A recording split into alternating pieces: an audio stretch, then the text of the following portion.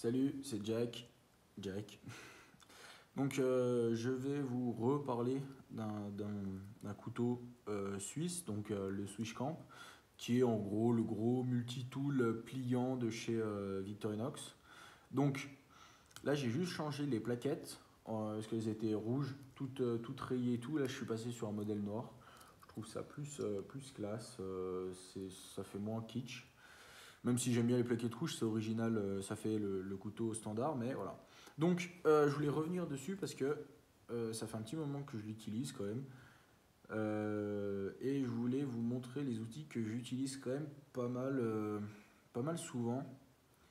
Je vais vous comparer par exemple avec le Rat 1 que là ça fait une semaine que je l'ai en poche et une semaine que je l'utilise. Bon, c'est sûr qu'on va faire plus de trucs avec ça qu'avec ça, et inversement. Et, il y a certaines situations où on sera quand même pas mal emmerdé si on a juste une lame simple. Par contre, il y aura d'autres situations où on va être plus emmerdé si on a juste ça. Juste un truc, ça c'est illégal de le porter, d'accord? Qu'on soit majeur, etc. C'est illégal de le porter. Donc au port et au transport, c'est interdit. Donc le port c'est dans la poche, le transport c'est dans une voiture. Voilà, le débat est clos. Ça c'est toléré, c'est pas autorisé, c'est toléré. Donc, on va déjà commencer par les outils que je n'utilise jamais. Donc, la loupe que j'utilise jamais, faut le dire comme il est. Le seul truc qui est pas mal, c'est regarder si on a une épine ou quoi. Mais bon, ça je le fais souvent à la maison, donc c'est même inutile. Euh, donc, je vais faire le tour des outils, je vais vous dire ce que j'utilise. Ça, j'utilise assez souvent, donc pas pour ouvrir des bières ou quoi, même si c'est relativement pratique, mais plus pour petit tournevis quand on a besoin de, je sais pas, ouvrir un truc, faire un peu le levier ou quoi. Ça marche plutôt bien. Faut pas lui tirer sur la gueule parce que c'est pas un pied de biche, mais ça rend quand même pas mal service. Ouvre-boîte enfin ouvre-boîte, il est pas terrible l'heure, donc je l'utilise jamais. Ça, c'est un outil que j'utilise jamais, par exemple. Ensuite, le tournevis cruciforme, je l'utilise assez souvent, une petite vis à retirer ou machin, c'est relativement pratique. Donc il utilise enfin excusez-moi, il existe un autre modèle avec un porte-embout qui est vachement plus pratique que celui-là. Sauf que j'en voulais un comme ça et j'ai pas eu celui avec le porte-embout. Enfin bref, la pince, pareil. Voilà, ça c'est vraiment un outil que j'utilise pratiquement jamais. Parce que bah, déjà on n'a pas beaucoup de morts. Ça peut être pratique, ok, pour serrer un bout de fil de fer en forêt, je m'en suis déjà servi. Mais c'est pas aussi pratique qu'une pince multifonction ou une pince toute bête fixe, quoi. Voilà. Donc la pince, voilà, c'est quelque chose que j'utilise jamais. Le ciseau, qu'est-ce que je l'utilise? Donc je l'utilise pas pour couper le papier ou quoi, mais juste pour me tailler les ongles. Parce que c'est vachement plus agréable qu'un coupe-ongle et puis on est vachement plus précis. Voilà. Et puis ils sont vachement mieux que ceux des Laserman, puisqu'on a juste à le fermer, il se bloque pas ou faut pas faire une manip ou quoi. Ensuite, cet objet qu'on appelle un écailleur pour écailler les poissons. Hein, je ne pêche pas, je n'aime pas le poisson, donc comme ça c'est réglé. Une petite règle qu'on a l'utilité 0, même si ça peut servir. Mais par contre pour tracer un trait, bah, ils auraient dû le mettre plus bas, puis on l'aurait peut-être utilisé. Voilà. Donc le couteau là je l'utilise souvent pour aller dans la nature, hein, pas pour me balader en ville, je trouve ça un peu gros. La scie, je l'utilise très souvent quand bah, tout simplement pour faire de la sculpture, parce que sinon j'ai une autre scie pliante qui est bien plus grosse et bien plus pratique que celle-là, même si la scie Victorinox, il la sortirait en grande, ça se vendrait tout aussi bien parce qu'elle est vraiment vraiment redoutable. Elle fait vraiment très bien son job. Ensuite, nous avons une petite scie à métaux avec un machin pour gratter sous les ongles que je sèche. Petite lime, pareil, ça c'est hyper pratique. Je l'utilise assez souvent pour redonner un coup de neuf sur ma hache. Par exemple, si je viens de toucher un caillou ou quoi, il y a un petit éclat, crac, je mets ça, puis je refinirai à la maison. Ça permet de. En tout cas, ça dépanne. La scie à métaux, le seul truc que j'ai pu couper avec, c'est du fil barbelé. Sinon, c'est bien trop épais. Meilleur temps d'avoir, comme sur la Laserman, un porte-embout pour mettre pour mettre une vraie scie à métaux portative comme sur les scies sauteuses. Ensuite, objet principal, bien sûr la lame. Donc la lame, il y en a qui disent oui, c'est un peu gros. Moi qui ai des grandes mains, enfin des grosses mains en tout cas, ça m'a jamais gêné.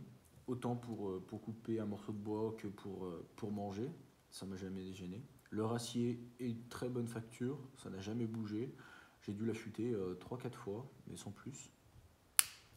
Ensuite, une petite lame que j'utilise pour... en fait, ça c'est ma lame un peu de torture. Voilà, j'utilise pour...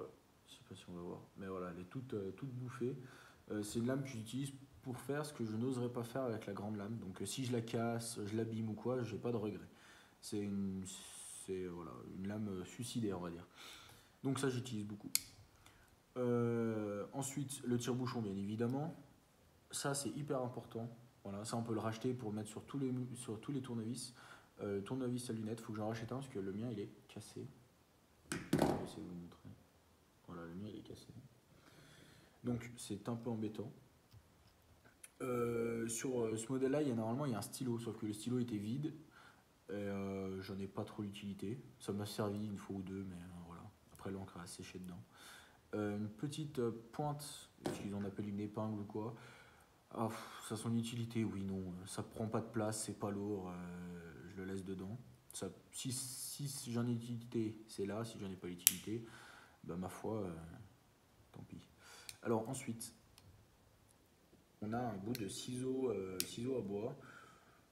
Ouais, je l'utilise plus comme une petite gouge à dégrossir, enfin pour tailler une cuillère. Je l'ai déjà réaffûté 2-3 fois parce que par contre ça s'use vite, je sais pas pourquoi.